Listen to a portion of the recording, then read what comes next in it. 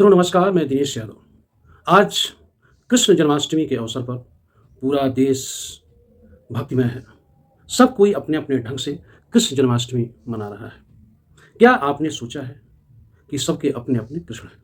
मीरा के अपने कृष्ण हैं, रस खान के अपने कृष्ण हैं और सूरदास के अपने कृष्ण हैं। सभी ने अपने-अपने कृष्ण का अपने-अपने ढंग से आराधना किया है और जीवन में कृष्ण को प्राप्त किया है। जहाँ सामान्य मनुष्य की दृष्टि काम नहीं करती, जहाँ एक साधारण व्यक्ति को दिखना बंद हो जाता है, उसके विचार वहाँ तक पहुँच नहीं पाते, जहाँ सब कुछ एक सामान्य मस्तिष्क से अंधेरा दिखता हो, कृष्ण वहीं प्रकाश लेकर आते हैं, जिनका स्वयं ही नाम कृष्ण है और कृष्ण का अर्थ भी आप समझते हैं। कृष्ण कोई आदर्श के दायरे में नहीं बदलना चाहते हैं। कृष्ण ने हमेशा जीवन पर्यंत बेड़ियों को तोड़ने और न्याय दिलाने में यकीन किया।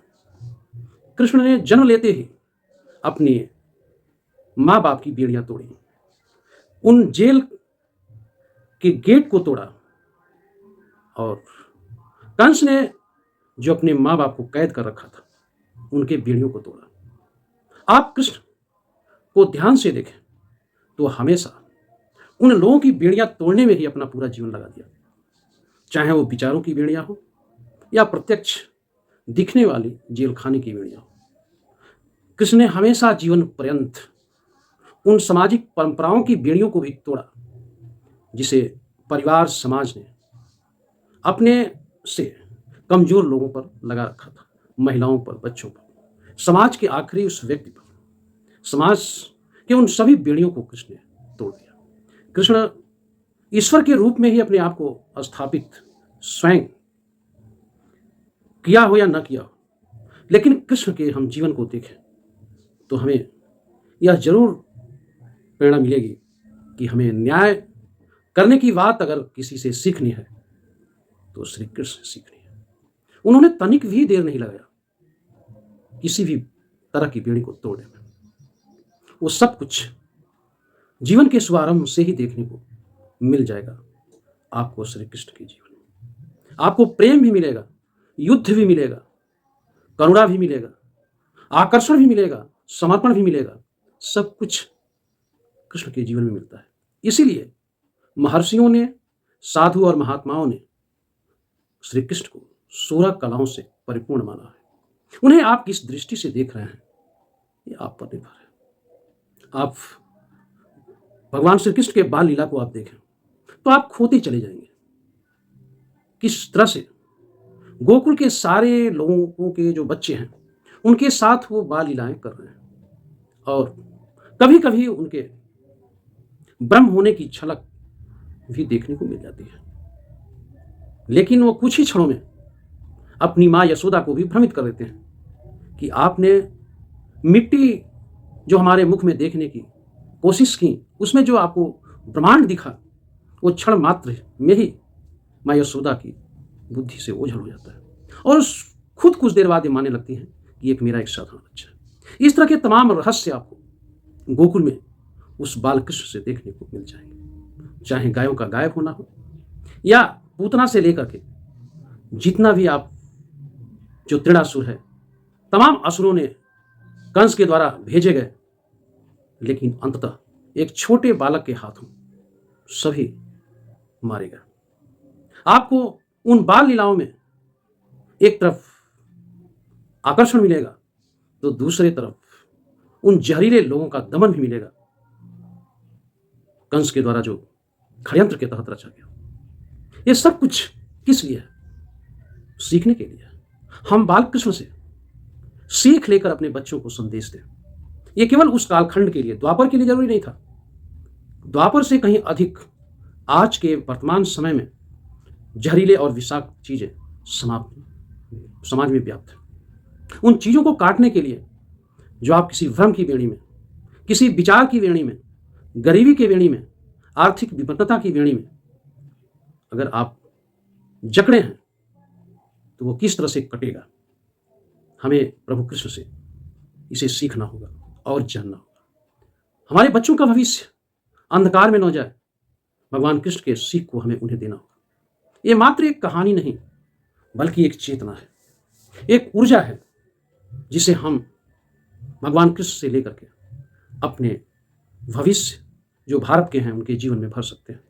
क्योंकि किसी भी व्यक्ति को सामाजिक अंधकार से लड़ना होता है, और सामाजिक अंधकार से बेड़ियों से हम तभी लड़ सकते हैं जब हम कुछ संदेश भगवान कृष्ण से लेंगे।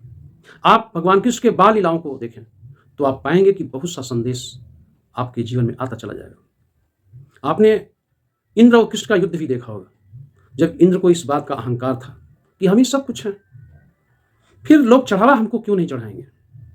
ये बात भगवान कृष्ण को अच्छी नहीं लगी। उन्होंने बाल लीला में इंद्र के द्वारा कुपित होकर कई दिनों तक किए गए अतिवृष्टि, लगातार हुई बारिश को उन्होंने गोवर्धन पहाड़ उठाकर रोक दिया।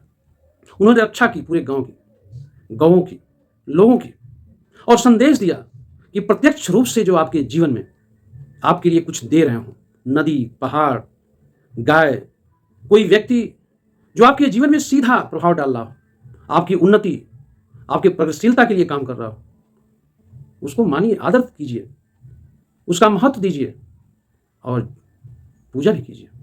लेकिन किसी ऐसे व्यक्ति बात को मत मानिए जिसमें न्याय की बात ना हो, बल्कि केवल आदर्श बघारने की बात हो। भगवान कृष्ण विद्रोह करते हैं उन सामाजिक कुरीतियों के खिलाफ, उन प्रपंचों और पाखंडों के खिलाफ जो समाज को जकड़ा हुआ था। ये सभी बातें आपको मिल जाएंगी। आप पूरा गोकुल से लेकर, वृंदावन से लेकर, मथुरा से लेकर और हस्तिनापुर से होते हुए आप द्वारिका तक भगवान कृष्ण के जीवन को देखें तो पूरा आपको संघर्ष में ही मिलेगा। हर समय वो किसी न किसी का सहयोग करते हुए नजर आएंगे, चाहे वो द्रौपदी का चीर हरण के वक्त चीर बढ़ाना हो, चाहे पुराने पाखंड को तोड़ करके प्रेम को प्रतिस्थापित करना हो। हर नए प्रवर्तक के रूप में आपको कृष्ण मिलेंगे।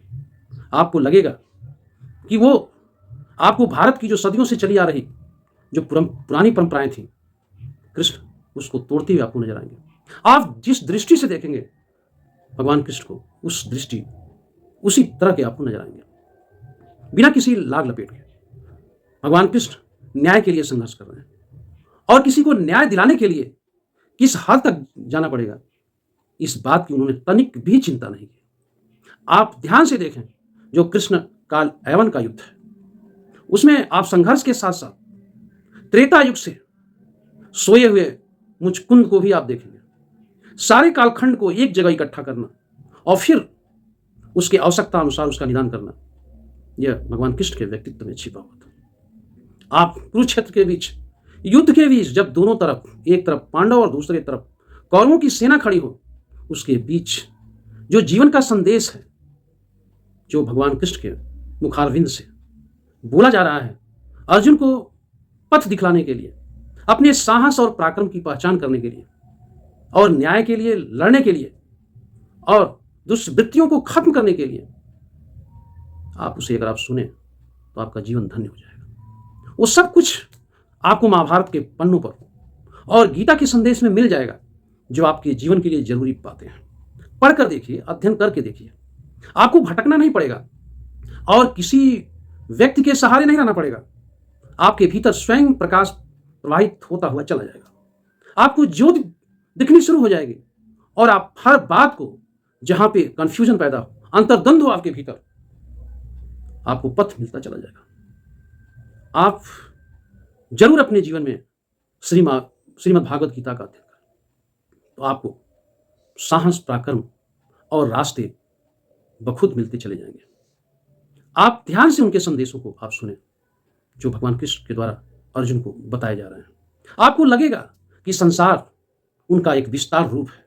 जब दोनों सेनाओं के बीच भगवान कृष्ण अर्जुन को अपना विराट स्वरूप दिखाते हैं, तो आपके मत में जो ये विभिन्न देवी देवता हैं, आपको वहां दर्शन हो जाएगा कि किस तरह से एक ही ब्रह्म के विभिन्न रूप हैं, जिनको अपने अपने ढंग से अपना अपना इष्ट बनाकर उनकी आराधना और पूजा करते हैं।